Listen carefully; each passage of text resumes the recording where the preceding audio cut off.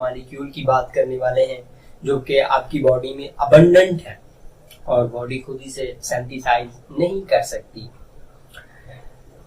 After that आपके पास इसकी जो स्ट्रक्चर्स हैं, चार स्ट्रक्चर्स हैं: primary structure, secondary structure, tertiary structure and quaternary structure. Primary और सेकेंडरी स्ट्रक्चर का प्रीवियस लेक्चर है पढ़ा। आज हम टर्शियरी और क्वाटरनरी स्ट्रक्चर पर बात करने वाले हैं। आपके पास जो टर्शियरी स्ट्रक्चर होती है, इसमें सबसे पहले आपके पास जो प्राइमरी स्ट्रक्चर थी, प्राइमरी स्ट्रक्चर में सिर्फ सीक्वेंस थी अमाइनो एसिड्स की। उस सीक्वेंस से आपके पास अल्फा हेलिक्स और बीटा प्लेट्स बनी। अल्फा हेलिक्स और बीटा प्लेट्स ने खुद को बेंड किया और फोल्ड किया। बेंडिंग हुई और फोल्डिंग हुई उन अल्फा और बीटा प्लेट्स की, और इस बेंडिंग और फोल्डिंग के नतीजे में जो आपके पास स्ट्रक्चर सामने आई वो टर्शियरी स्ट्रक्चर बनी, प्रोटीन्स की टर्शियरी स्ट्रक्चर। अब इसमें बॉन्डिंग कौन कौन सी होती है कि आपके पास ये एक टर्शियरी स्ट्रक्चर का प्रोटीन है, उसमें कौन कौन सी बॉन्डिंग होगी जो कि उसकी स्ट्रक्चर, उसकी प्रॉपर्टीज को मेंटेन कर रहे हैं। देखिए आपके पास मैंने यहां एक स्टेटमेंट लिखी है: arrangement and positioning of amino acids decides structure, function and properties of this biological molecule, vital biological molecule. कि आपके पास जो प्रोटीन्स है अमाइनो एसिड्स की सीक्वेंस से मिलकर बने हुए हैं। अब इन अमाइनो एसिड्स की जो पोजीशनिंग है, इन अमाइनो एसिड्स की जो अरेंजमेंट है उस मॉलिक्यूल में डिसाइड करेगी कि उस प्रोटीन की स्ट्रक्चर कैसी होगी, उस प्रोटीन का फंक्शन क्या होगा, उस प्रोटीन की प्रॉपर्टीज कौन कौन सी होंगी। यहां तक कुछ समझ में आता है। उसके बाद आपकी जो टर्शियरी स्ट्रक्चर है, तीन तरह की फोर्सेस पाई जाती है, तीन तरह की बॉन्डिंग फोर्सेस पाई जाती है।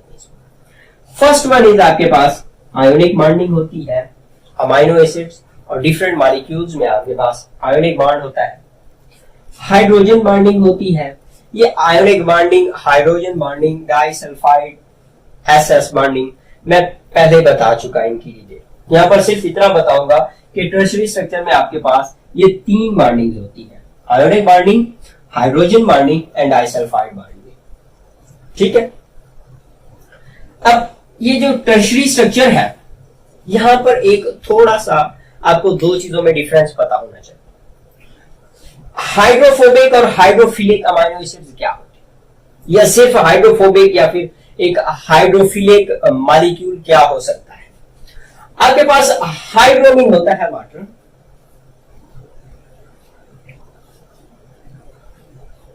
फोबिक मीन होता है fair, hydrophobia, fear of water, hydro water and philic होता है लविंग।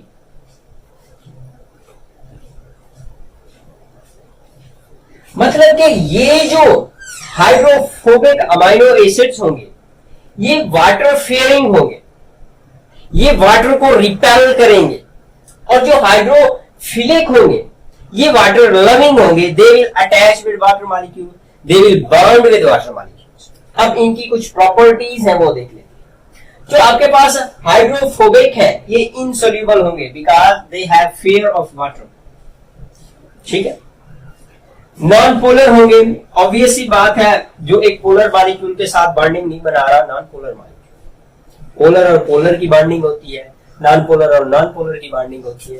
तो यहां पर वाटर पोलर मॉलिक्यूल है और ये जो अमाइनो एसिड्स है ये नॉन पोलर है। आफ्टर दैट आपके पास जो तीसरी बात है वो है इनमें हाइड्रोफोबिक अमाइनो एसिड कौन सा हो सकता है। आपके पास एलानिन है, आपके पास वेलाइन है, ये दोनों हाइड्रोफोबिक अमाइनो एसिड्स। दूसरी तरफ आ जाते हैं आपके पास हाइड्रोफिलिक अमाइनो एसिड्स कौन से हो सकते हैं। वो अमाइनो एसिड जो वाटर लविंग है, जो वाटर के साथ बॉन्डिंग कर सकते हैं, जो वाटर के साथ अटैचमेंट कर सकते हैं, इंटरेक्शन कर सकते हैं, वो सोल्यूबल इन वाटर होंगे। ऑब्वियसली बात है, they are water loving means they are soluble in water.